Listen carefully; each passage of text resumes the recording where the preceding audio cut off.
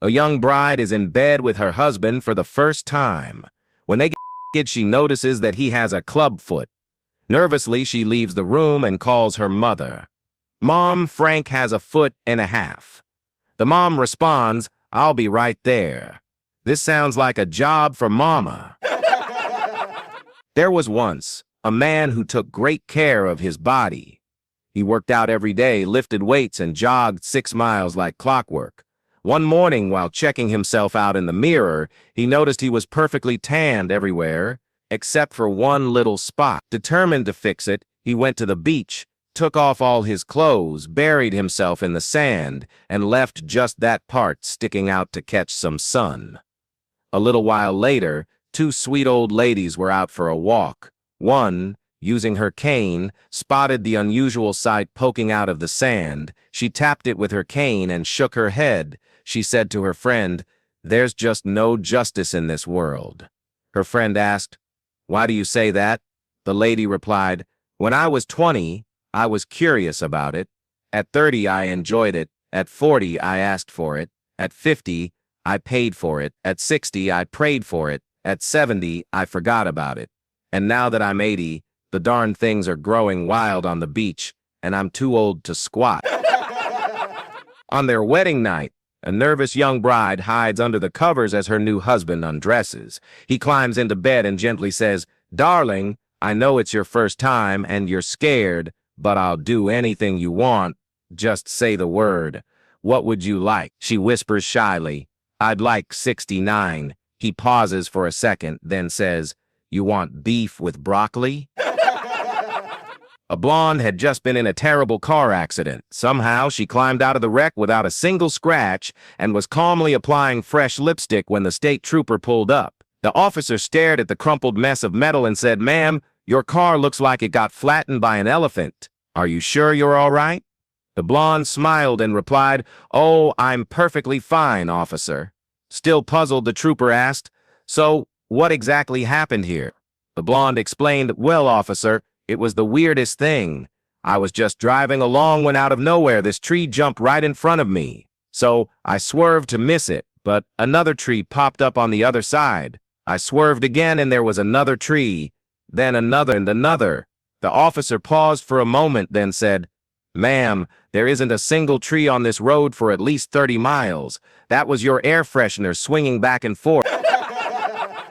One Sunday morning, an elderly pastor was digging through his closet searching for his collar before heading to church. While looking, he stumbled across a small box tucked away in the back. Inside were 3 eggs and a stack of curious, and a little confused, he called his wife over and asked, "Honey, what's this box all about?" Looking a bit embarrassed, she confessed, "I've been keeping that box hidden for all 30 years of our marriage." The pastor was both surprised and a little hurt. "But why? Why would you hide this from me?" he asked. She sighed and gently said, "Well, every time you gave a poor sermon, I placed an egg in the box. I didn't want to hurt your feelings." The pastor thought for a moment and smiled, feeling proud. "Only 3 eggs in 30 years? That's not bad at all." But then he asked, "And what about the 100? She chuckled and replied, "Every time I got a dozen eggs, I sold them to the neighbors for..." After the honeymoon, the new wife told her husband, "I think it's time for you to stop playing golf. In fact, you might as well sell all of your clubs." The husband replied, "You're starting to sound like my ex-wife." His wife looked at him crossly and said, "I thought you said you've never been married before." The husband responded simply, "I haven't." After the Texan wedding, the newlywed cowboy rides home with his bride. It's a long way back to his ranch, and the horse has to carry both him and his bride, so it stumbles, nearly throwing off the 2 riders. The cowboy calmly straightens up the reins, waits for the horse to gather, and says nothing except very calmly. Further down the way, a small pile of dirt let the horse stumble again, and again without being fazed in any way. The cowboy lets the horse get up without a word, except a calm, "Two." As the sun goes down over the prairie, they are near the ranch. The horse, overlooking a root, stumbles a 3rd time. Calmly, the cowboy says, "3." He gets off the horse, helps off his bride, takes his gun, and shoots the horse. His bride is shocked. How could you, you monster? This poor beast carried us all the way and you shoot it in cold blood. Had I known this, I'd never have married you. 1. A man was tired of being bossed around by his wife, so he went to see a psychiatrist. The doctor told him, "You don't have to let your wife push you around. Go home and show her who's the boss." Feeling bold and full of confidence, the man stormed into the house, slammed the door, looked his wife straight in the eye, and said, "From now on, I'm in charge around here. I want dinner on the table right away, and after that, you're going to lay out my best clothes because I'm going out with the boys tonight, and you're staying home where you belong. Oh, and one more thing. Do you know who's going to tie my bow tie?" His wife looked at him calmly and replied, "Of course I do. The Undertaker."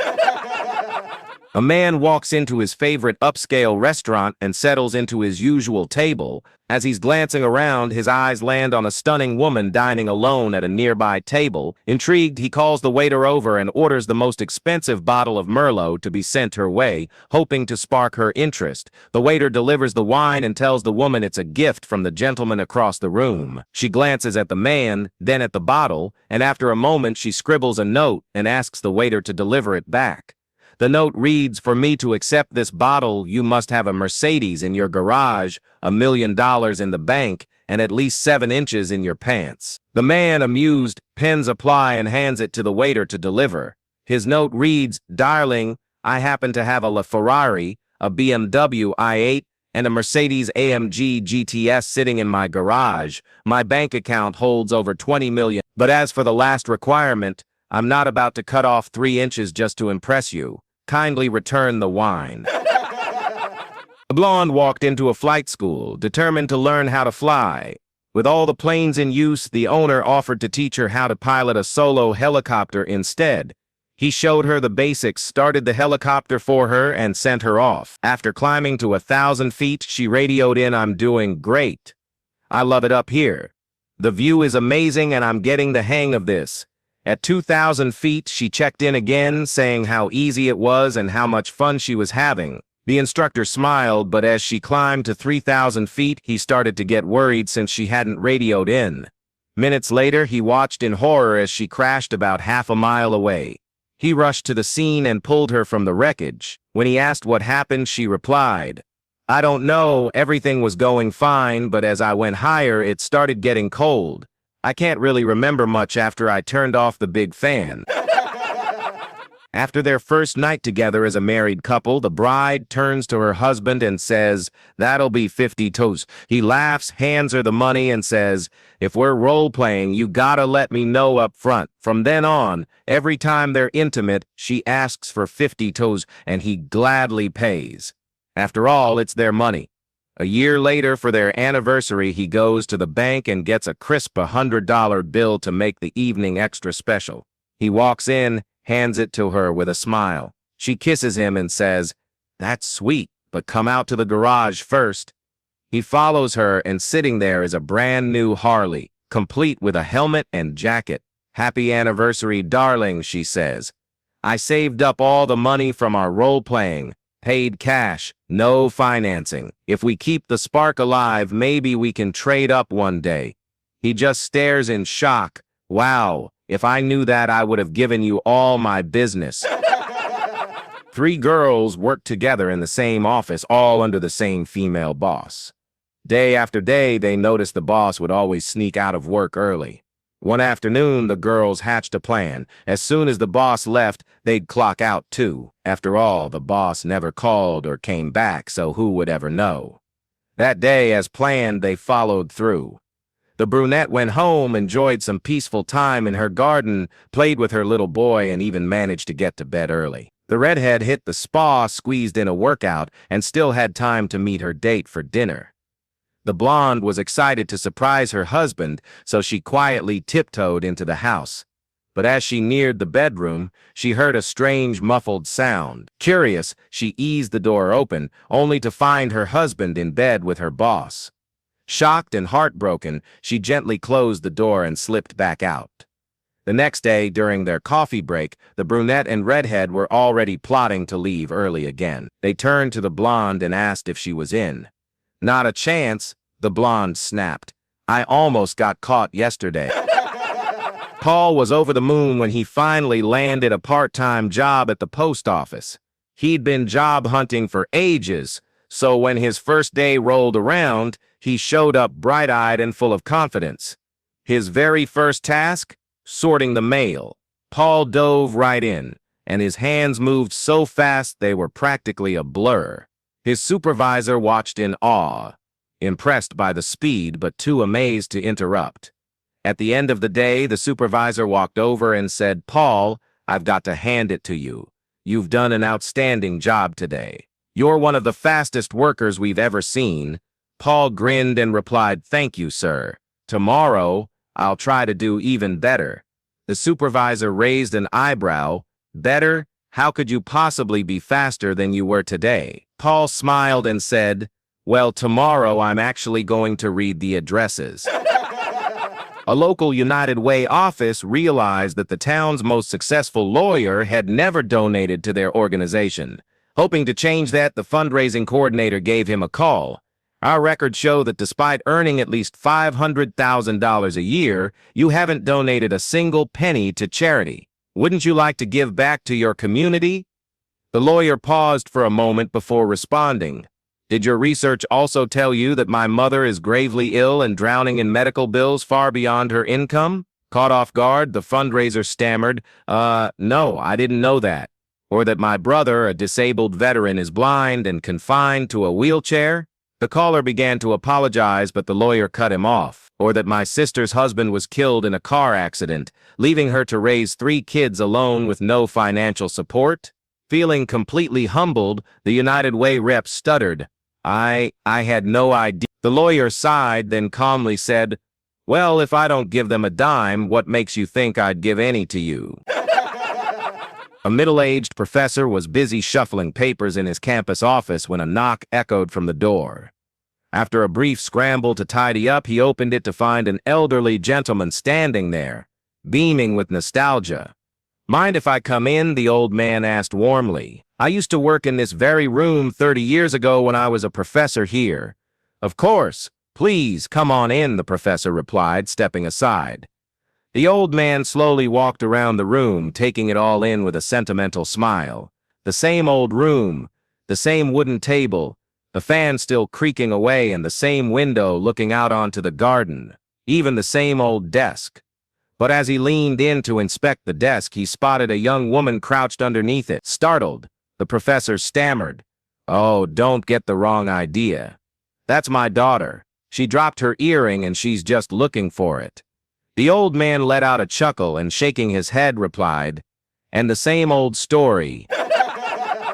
A woman meets a handsome, charming guy at a bar. They hit it off instantly, great conversation, sparks flying, and before long, they head back to his place. As he gives her the grand tour of his apartment, she notices something unexpected. His bedroom is filled, and I mean packed, with teddy bears.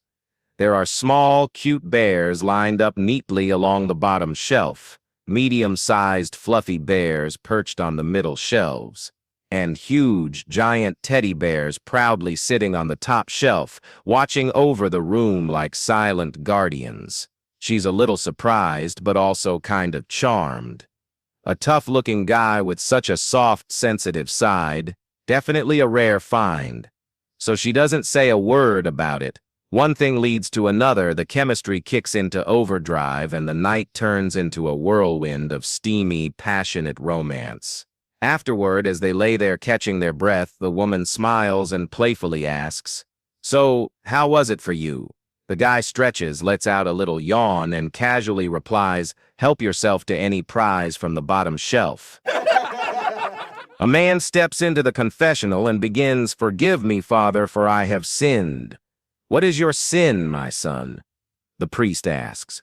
"Well," the man says, "I used some terrible language this week, and I feel awful about it." "When did you use this awful language?" the priest inquires.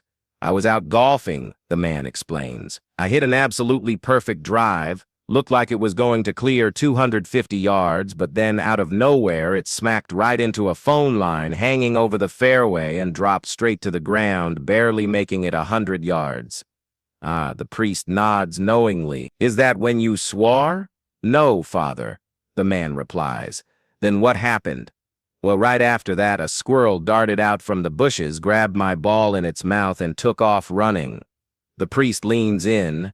And that is when you swore?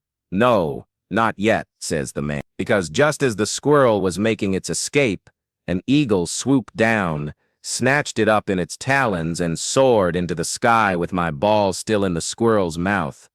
The priest, now intrigued, asks, Surely that's when you swore?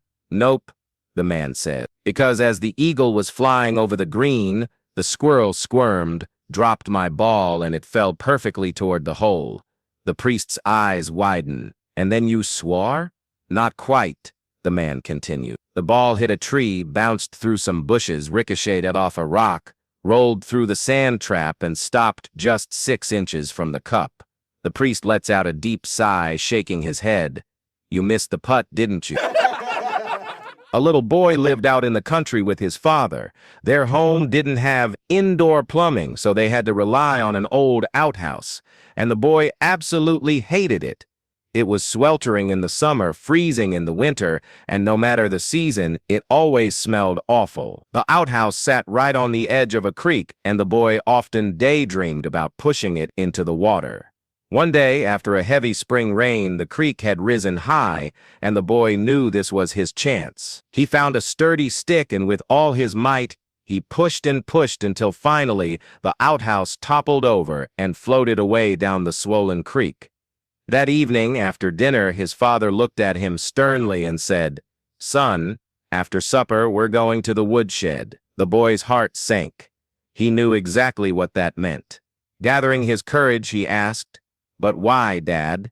His father replied, Because someone pushed the outhouse into the creek today. And I have a feeling that someone was you. Am I right? The boy nodded and confessed, Yes, it was me, Dad.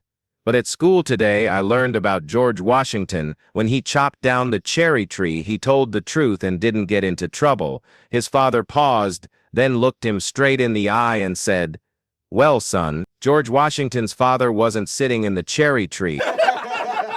A husband and wife were sitting quietly together in the park, just enjoying the day, when the wife suddenly turned to him and asked, If I were to die, would you remarry? The husband quickly replied, Absolutely not. Why not? Don't you like being married? She pressed. Of course I do, he answered. Then why wouldn't you remarry? After a pause, the husband sighed, Fine, I suppose I would. His wife raised an eyebrow, clearly a little hurt. You would? The husband groaned, realizing this wasn't going well. She continued, Would you let her live in our house? Well, it's a nice house, so yes. Would you sleep with her in our bed? Where else would we sleep? He answered, trying to stay logical. Would you let her drive my car? Probably. It's practically brand new. Would you replace my pictures with hers? That would be the respectful thing to do. Would you give her my jewelry? No, I'm sure she'd want her own. Would you take her golfing with you? Of course. Golfing's always fun. Then the wife narrowed her eyes and asked one final question. Would she use my golf clubs? The husband, without thinking, replied, No, she's left-handed. Long silence. Damn. A tramp knocked on the door of the inn known as St. George and the Dragon. The landlady answered the door. The tramp said, Could you give a poor man something to eat? No, said the woman, slamming the door in his face. He knocked again and said, Could I have a few words with George? In the piece, there's a long passage of about 20 minutes during which the bass violinists have nothing to do. Rather than sit around that whole time, some bass players decided to sneak off stage and go to the tavern next door for a quick one. After slamming down several beers in quick succession, one of them looked at his watch. Hey, we need to get back, he said. No need to panic, said a fellow bass player. I thought we might need some extra time, so I tied the last few pages of the conductor's score together with string. It'll take him a few minutes to get it untangled. A few moments later, they staggered back to the concert hall and took their places in the orchestra. About this time, a member of the audience noticed the conductor seemed a bit edgy and said as much to her companion. "Well, of course," said her companion. "Don't you It's the bottom of the ninth, the score is tied, and the bassists are loaded." A doctor at a mental hospital thought it'd be fun to take his patients out to a baseball game. For weeks before the outing, he trained them to follow simple commands to make sure everything went smoothly. When the big day arrived, things were going perfectly. As the national anthem began, the doctor shouted, "Up, nuts," and the patients all stood proudly.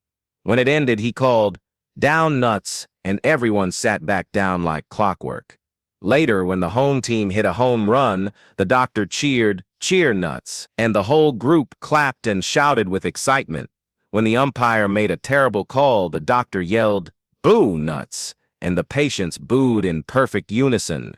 Feeling confident, the doctor left his assistant in charge and went to grab a hot dog and a beer. But when he returned, the stadium section was in total chaos, people running, shouting, and security rushing in. Frantically, the doctor found his assistant and asked, "What on earth happened?" The assistant sighed and said everything was going fine until a vendor walked by yelling, "Peanuts." After years of delivering mail, it was finally Ned the mailman's last day on the job. As he made his final rounds, the first house surprised him with a thoughtful gift certificate. At the second house, the family handed him a box of fishing lures. The third house gave him a fancy set of cigars. Ned was feeling appreciated and touched by all the kindness, but when he reached the fourth house, something unexpected happened. A beautiful blonde answered the door, dressed in a silky robe, and without saying a word, motioned for him to come inside.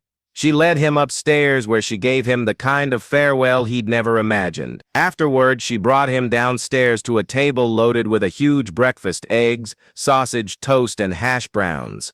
Ned could hardly believe his luck. As he reached for his coffee, he spotted a crisp dollar bill tucked under the cup. Confused, he looked up and asked, "This has been an amazing morning, but what's the dollar for?" The blonde smiled and said, "Well, last night I asked my husband what we should give you for your retirement. He said, just give him $1. She grinned and added, "The breakfast part was my idea."